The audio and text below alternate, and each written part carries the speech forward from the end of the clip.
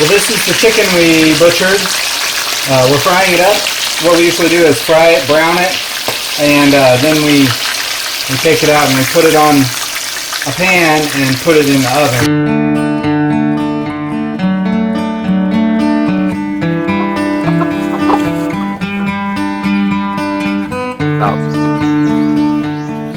Today's episode is about butchering chickens.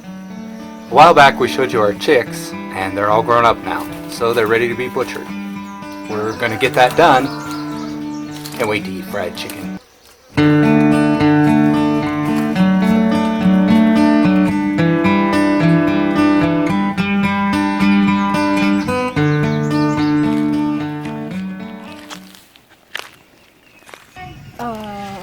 This is for heating up the water so that it will make it easier to pluck off the feathers, I think.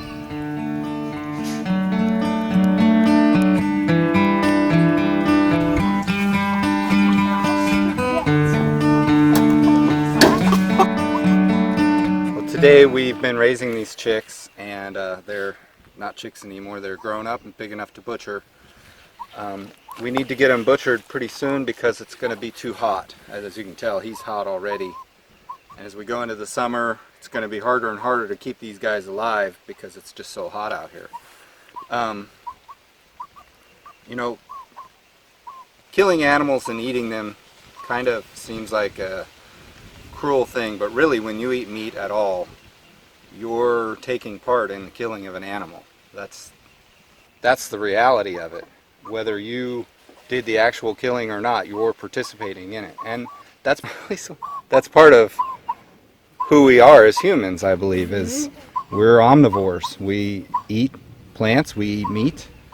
Our part of it though is that whenever we have to kill an animal, we need to give it a quick, clean, humane death. It needs to not suffer. Whenever it's killed, it needs to be at peace. You know, it needs to not be too excited. It needs to not be scared. And this is the ideal type of situation for this. This is where this animal grew up. This is his home. And now we're going to turn him into food. And it's not something we, are, let's kill everything type thing. It's something we have to do. And we have to recognize that reality and do it in a quick, clean way. This is our method for catching the chickens, so we don't chase them around or anything. This allows us to just reach in, and once you get this over their leg and pull it, their leg gets stuck in here, and you can pull them all the way to the back and catch them.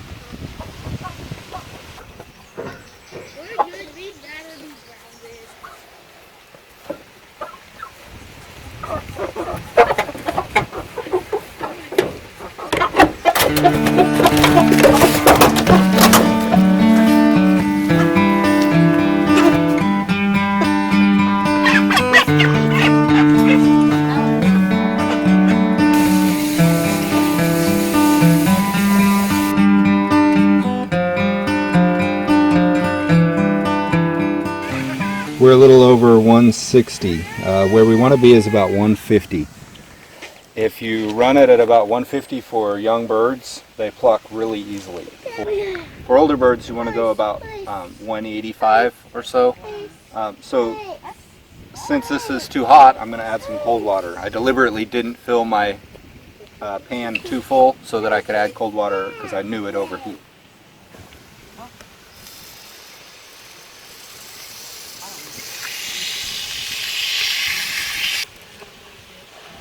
Now we'll check the temperature, see if we got it down about right. Looks like we're still a little hot, so I'm going to add some more. Alright, we're where we want to be, so I'm going to go ahead and dunk this bird.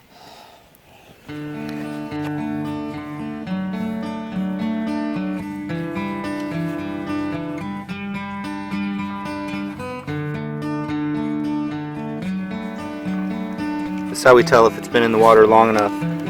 Try their wing feathers, which are the tightest feathers, and if they pull right out, then it's good. And this one,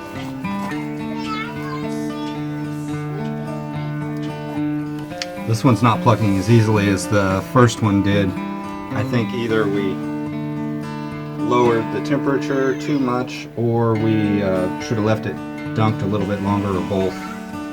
The first one was about 160 degrees, and this one we got it all the way down to 150 degrees, so probably I should have left it a little bit longer.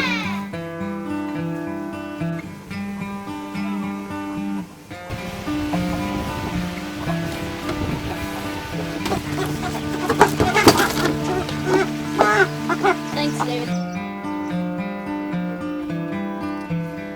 One reason we homestead is so we can know where our food comes from. We can grow it on our own property, and we know what we fed it, and we know how we handled it, we know how we killed it, we know how we processed it. So it makes us feel better about our food.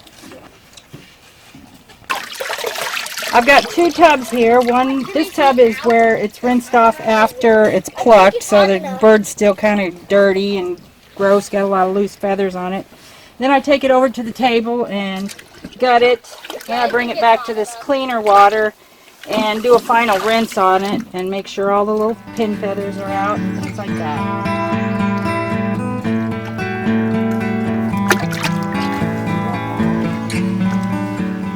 Are you taking out a feather every time? Test?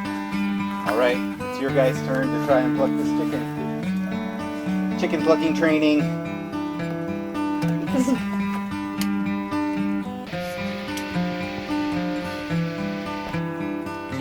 Tell you what to do. Fingers and grab some feathers, and then come down here and start rubbing with those fingers that have feathers in them. And instead of just picking, you're out, you're rubbing them off, rubbing the feathers off. I don't want to It's just a tail. This part right here is kind of gross because they were laying in some nastiness, but you got to do it. Nobody else is gonna do it for you except me, I guess. And then you can take your fingernails and rake a little bit, that helps. But just start rubbing it. Be aggressive.